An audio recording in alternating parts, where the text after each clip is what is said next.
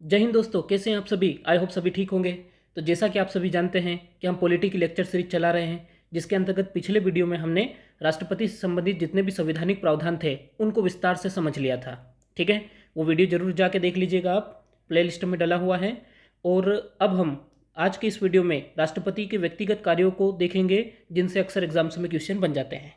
तो हम सबसे पहले पढ़ने वाले हैं हम डॉक्टर राजेंद्र प्रसाद, भारत के पहले राष्ट्रपति को।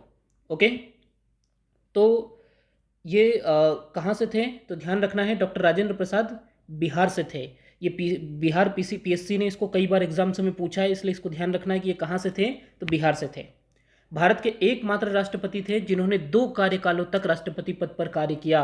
ध्यान रखना है ये कुल कितनी बार, 2 बार राष्ट्रपति बने हैं। ठीक है, कब कब बने हैं, 1952 में प्रथम आम चुनाव के बाद में, फिर 1957 में द्वितीय आम चुनाव के बाद ये राष्ट्रपति बने थे। ठीक है, उसके बाद में वह संविधान सभा के अध्यक्ष भी थे। ध्यान रखना है ये संविधान सभा के अध्यक्ष भी रह चुके हैं, और स्वाधीनता आंदोलन के प्रमुख नेता भी ये थे। उन्हें 1962 में भारत रत्न दिया गया। ओके, 1962 में इन्हें भारत रत्न मिला। और इनकी एक प्रमुख पुस्तक है, ठीक है, इनकी एक प्रमुख पुस्तक है, उस पुस्तक का नाम है इंडिया डिवाइडेड। ठीक है, इनकी पुस्तक भी अक्सर एग्जाम्स में पूछ ली जाती है, इंडिया डिवाइडेड। ठीक है, ये किनकी पुस्तक है, तो ध्यान रखना है वो पुस्तक डॉक्टर राजेंद्र प्रसाद की है, जो कि भारत के पहले राष्ट्रपति थे। ओके, तो ध्यान रखना है, इंडिया डिवाइडेड पुस्तक को जरूर याद रखना है आप लोगों को। चलते हम अगले राष्ट्रपति की ओर। तो हमारे अगले राष्ट्रपति हैं डॉक्टर सर्वपल्ली राधाकृष्णन। ओके, तो दरअसल सर्वपल्ली राधाकृष्णन को राष्ट्रपति बनाने के पीछे नेहरू जी का ये मतलब ये सोच थी कि अब किसी दक्षिण भारतीय व्यक्ति को भी राष्ट्रपति बनाया जाए। ठीक है, तो राधाकृष्णन जो थे ये दक्षिण भारत से थे, तो इसलिए नेहरू जी ने कांग्रेस की ओर से इनका नाम मतलब फिक्स कर दिया था कि हाँ, हमारी कांग्रेस की ओर से ये व्यक्ति रहेंगे, डॉक्टर सर्वपल्ली राधाकृष्णन उम्मीदवार रहेंगे। तो इनका जन्म 5 सितंबर 1888 को हुआ था, और इसी दिन को शिक्षक दिवस के रूप में भी मनाया जाता है। आप सभी इस बात से परिचित हैं। 1954 में इन्हें भारत रत्न दिया गया, और ये पहले उपराष्ट्रपति हैं जो राष्ट्रपति बने। ठीक है, तो ये कुछ एक फैक्ट है जो आप लोगों को ध्यान रखना है। सबसे इंपॉर्टेंट तो ये 5 सितंबर शिक्षक दिवस के रूप में। ठीक है, फिर 1954 में इन्हें भारत रत्न दिया गया, और पहले उपराष्ट्रपति जो राष्ट्रपति बने, और ये दक्षिण भारत से बनने वाले पहले राष्ट्रपति हैं। ओके, अगले चलते हैं। तो अगले राष्ट्रपति हमारे डॉक्टर जाकिर हुसैन। तो डॉक्टर जाकिर हुसैन भारत के पहले मुस्लिम राष्ट्रपति हैं, ये विशेष तौर पे ध्यान रखना है। ये क्या हैं, भारत के पहले मुस्लिम राष्ट्रपति हैं। ओके, और दरअसल होता क्या है कि 1967 के बाद में, 1967 के बाद में जो आम चुनाव हुए थे, चौथे आम चुनाव, उनके बाद में कांग्रेस की स्थिति थोड़ी कमजोर हो गई थी, और कांग्रेस जो थी वो क्या करना चाहती थी, एक पंथ निरपेक्षता की जो छवि है अपनी, उस छवि को बरकरार रखना चाहती थी। और उसके बाद में उपराष्ट्रपति के रूप में डॉक्टर जाकिर हुसैन ने बहुत ज़्यादा ख्याति भी प्राप्त कर ली थी। ठीक है, तो इसलिए इनका नाम फिक्स कर दिया गया था। और ये क्या रहे, तो ध्यान रखना है इनकी मृत्यु पद पर रहते ही हो गई। ये भारत के पहले राष्ट्रपति जिनकी मृत्यु पद पर रहते ही हुई थी। ओके, तत्कालिक उपराष्ट्रपति वीवी गिरी को कार्यवाहक राष्ट्रपति बनाया गया, यानी वीवी गिरी भारत के पहले कार्यवाहक राष्ट्रपति हैं। ओके, उसके बाद सुप्रीम कोर्ट के मुख्य न्यायाधीश मोहम्मद हिदायतुल्लाह को 1969 20 जुलाई से 24 अगस्त तक कार्यवाहक राष्ट्रपति बनाया गया, और ये पहले मुख्य न्यायाधीश है जो भारत के कार्यवाहक राष्ट्रपति रहे। कौन, मोहम्मद हिदायतुल्लाह। इन दोनों को ध्यान रखना है। वीवी गिरी जैसी डॉक्टर जाकिर हुसैन की मृत्यु होती है, इनकी मृत्यु के बाद में उपराष्ट्रपति रहे वीवी गिरी को क्या बनाया गया, कार्यवाहक राष्ट्रपति। वीवी गिरी क्या है कि ये खुद चुनाव लड़ने के लिए पहुंच गए राष्ट्रपति का, इसलिए फिर उपराष्ट्रपति भी नहीं रहा। तो फिर क्या हुआ, सर्वोच्च न्यायालय के मुख्य न्यायाधीश को बनाया जाता है संवैधानिक प्रावधानों के अंतर्गत, तो इनको मुख्य न्यायाधीश बनाया गया। ठीक है, अब मोहम्मद हिदायतुल्लाह को 2002 में भारत सरकार द्वारा कला के क्षेत्र में पद्म भूषण से सम्मानित किया गया। ध्यान रखना है, मोहम्मद हिदायतुल्लाह को पद्म भूषण भी दिया गया। और डॉक्टर जाकिर हुसैन की बात करें तो शिक्षा क्रांति, भारत में शिक्षा क्रांति के लिए इन्हें विशेष तौर पर जाना जाता है। इन्हीं के नेतृत्व में राष्ट्रीय मुस्लिम विश्वविद्यालय जामिया मिलिया इस्लामिया, ठीक है, स्थापित किया गया। ध्यान रखना है, डॉक्टर जाकिर हुसैन के ही नेतृत्व में जामिया मिलिया इस्लामिया जो यूनिवर्सिटी है उसकी स्थापना हुई है। ओके, तो इतनी फैक्ट इनमें हमें याद रखना है। ओके, अगले राष्ट्रपति हैं वीवी गिरी। वीवी गिरी भारत के चौथे राष्ट्रपति हैं। ठीक है, ध्यान रखना है कौन से नंबर के हैं ये, चौथे नंबर के। इनका पूरा नाम है वराहगिरी वेंकट गिरी। ओके, अब होता क्या है इसको थोड़ा समझना। वीवी गिरी जो हैं ये कैसे क्या राष्ट्रपति के पद के लिए उम्मीदवार बने, तो दरअसल इनके समय क्या हो जाता है कि एक तिकड़ी बन जाती है। तिकड़ी कैसे, इंदिरा गांधी की सरकार थी। ठीक है, तो एक तरफ अगर बात करें, ये C for Congress, I for Indira Gandhi और वी फॉर विपक्ष। ठीक है, तो कांग्रेस ने क्या किया था, कांग्रेस ने अपना उम्मीदवार नियुक्त किया था नीलम संजीव रेड्डी को। ध्यान रखना है, कांग्रेस ने अपना उम्मीदवार किसको नियुक्त किया था, नीलम संजीव रेड्डी को। इंदिरा गांधी ने वीवी गिरी इंदिरा गांधी ने किसको, वीवी गिरी को अपना उम्मीदवार नियुक्त किया था। और विपक्ष जो थे, विपक्ष ने डॉक्टर चिंतामणि देशमुख को अपना उम्मीदवार नियुक्त किया था। ठीक है, अब आप कहोगे कि सर कांग्रेस और इंदिरा गांधी अलग अलग कैसे हो सकते हैं, वो तो दोनों एक ही है। ठीक है, तो एक बात को ध्यान रखना है कि कांग्रेस जो थी, कांग्रेस सबके सब चाहते थे कि नीलम संजीव रेड्डी बने, लेकिन इंदिरा गांधी पर्सनली नहीं चाहती थी। तो उन्होंने क्या किया कि कांग्रेस पार्टी ने यहाँ पे नियुक्त कर दिया किसको, सीधा कह दिया कि भैया हम डिसीजन ले रहे हैं और नीलम संजीव रेड्डी ही राष्ट्रपति बनेंगे। इंदिरा गांधी ने कहा ठीक है भैया, लेकिन इंदिरा गांधी ने, ये जब वीवी गिरी क्या थे, ये कार्यवाहक राष्ट्रपति थे, तो वीवी गिरी को कहा कि भैया तू इस्तीफा दे और राष्ट्रपति पद के लिए चुनाव लड़। और इंदिरा गांधी ने यहाँ पे अपने इनके जितने भी वो थे वोटर्स, उन सभी को कह दिया कि भैया वीवी गिरी को देना है वोट।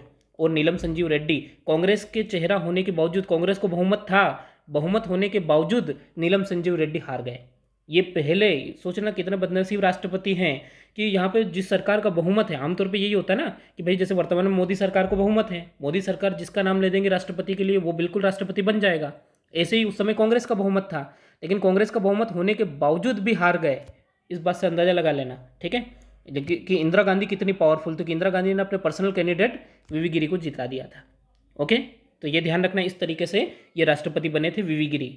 ठीक है, अब एक बात ध्यान रखना है कि वास्तविक रूप से अगर बात करें कि वास्तविक रूप से पहली बार निर्वाचित, ध्यान रखना है, वास्तविक रूप से पहली बार निर्वाचित अगर कोई राष्ट्रपति हैं तो वो यही थे। ठीक है, भारत के पहले ये वास्तविक रूप से निर्वाचित राष्ट्रपति। इससे पहले तो जो मोहम्मद सर की सरकार थी वो सीधे सीधे बोल देती थी कि हाँ ये राष्ट्रपति हो जाएंगे और वही जीतता था। लेकिन एक वास्तविक रूप से जो चुनाव होता है, वो निर्वाचन होता है, वो वीवी गिरी ही भारत के पहले वास्तविक निर्वाचित राष्ट्रपति हैं। इनके समय में दूसरे चक्र की मतगणना करनी पड़ी थी। यह पहले भारत के कार्यवाहक राष्ट्रपति रहे हैं। ठीक है, 1975 में इनको भारत रत्न से भी सम्मानित किया गया। ठीक है, ध्यान रखना, भारत रत्न भी इनको मिला है। फिर आते हैं अगले राष्ट्रपति फखरुद्दीन अली अहमद की ओर। फखरुद्दीन अली अहमद भारत के 5वें राष्ट्रपति थे। इसके साथ ही ये दूसरे राष्ट्रपति थे जिनकी मृत्यु राष्ट्रपति के पद पर ही हो गई थी, और बी.डी. जत्ती को कार्यवाहक राष्ट्रपति बनाया गया था। ठीक है, इतना अपने को ध्यान रखना है। और ये इंदिरा गांधी के प्रति बहुत ज़्यादा वफादार व्यक्ति भी माने जाते थे, इसलिए ये राष्ट्रपति बने थे। अब अगले राष्ट्रपति हैं नीलम संजीव रेड्डी, जो वीवी गिरी से हार गए थे। ध्यान रखना है, इस बार फिर कांग्रेस उनको नियुक्त कर रही है अपना चेहरा बना के कि हाँ हमारी तरफ से ये राष्ट्रपति रहेंगे। तो भारत के 6ठे राष्ट्रपति बने और आंध्र प्रदेश के प्रथम मुख्यमंत्री थे। ध्यान रखना है, कभी क्वेश्चन बन जाए कि आंध्र प्रदेश के प्रथम मुख्यमंत्री कौन थे, तो नीलम संजीव रेड्डी।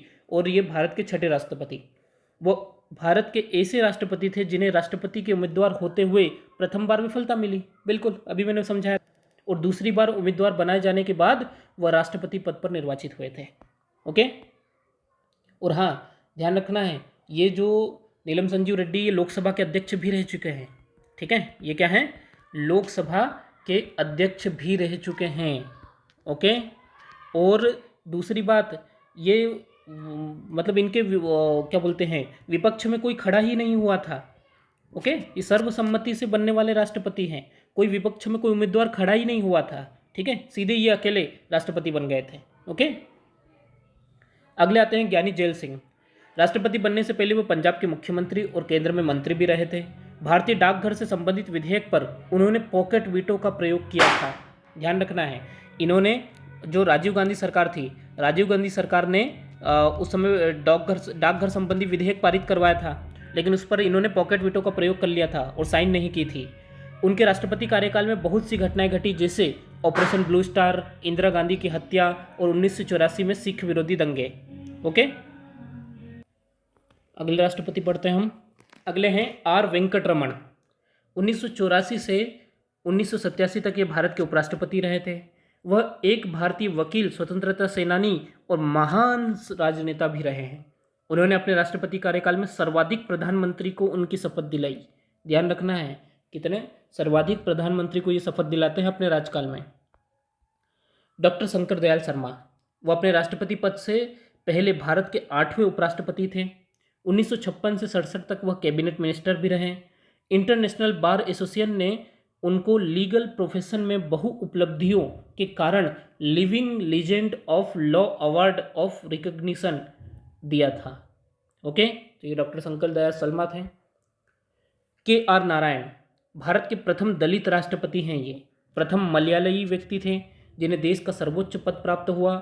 वे लोकसभा चुनाव मतदान करने वाले तथा राज्य की विधानसभा को संबोधित करने वाले राष्ट्रपति, पहले राष्ट्रपति है। ध्यान रखना है, लोकसभा चुनाव में मतदान करने वाले पहले राष्ट्रपति यही थे और राज्य की विधानसभा को संबोधित करने वाले पहले राष्ट्रपति भी यही थे।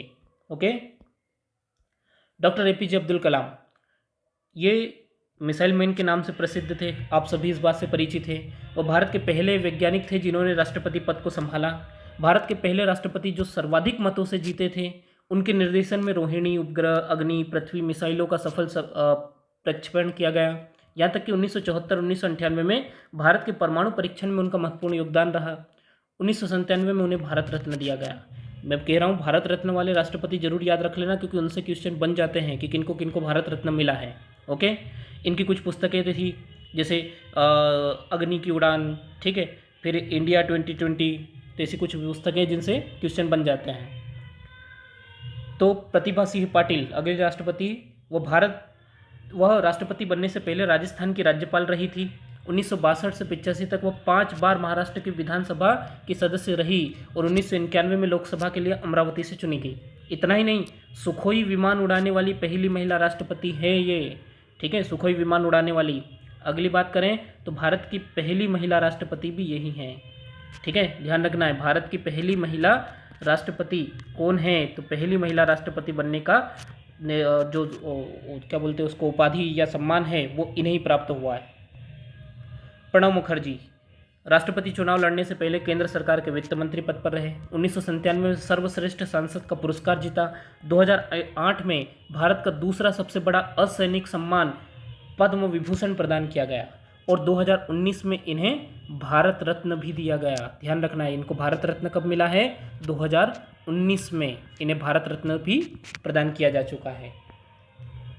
अगली बात करें तो रामनाथ कोविंद जी, इनका जन्म 1 अक्टूबर 1945 को उत्तर प्रदेश भारत में हुआ। वह एक वकील और राजनेता हैं।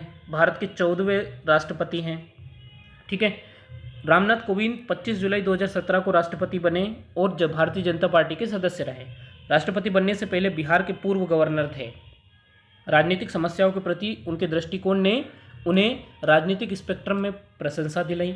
एक राज्यपाल के रूप में उनकी उपलब्धियां विश्वविद्यालयों में भ्रष्टाचार की जांच के लिए न्यायिक आयोग का निर्माण करना था। ओके, द्रौपदी मुर्मू ये करंट राष्ट्रपति हैं, जो 15वें नंबर की राष्ट्रपति हैं। द्रौपदी मुर्मू का जन्म 1958 को ओडिशा के मयूरभंज जिले के ऊपर बेड़ा गांव में एक संथाली आदिवासी परिवार बिरची नारायण टुडू के घर हुआ। ध्यान रखना है, कौन से? संथाल जनजाति, ध्यान रखना है, ठीक है।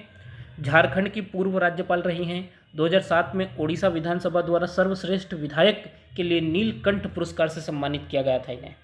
ओके, इतनी चीज़ें हमें राष्ट्रपति के अंतर्गत याद रखना है। ओके दोस्तों, तो मिलेंगे नेक्स्ट वीडियो में उपराष्ट्रपति और उनसे रिलेटेड जो आर्टिकल है उनको समझेंगे, ठीक है। तो बने रहिएगा वीडियो में। धन्यवाद।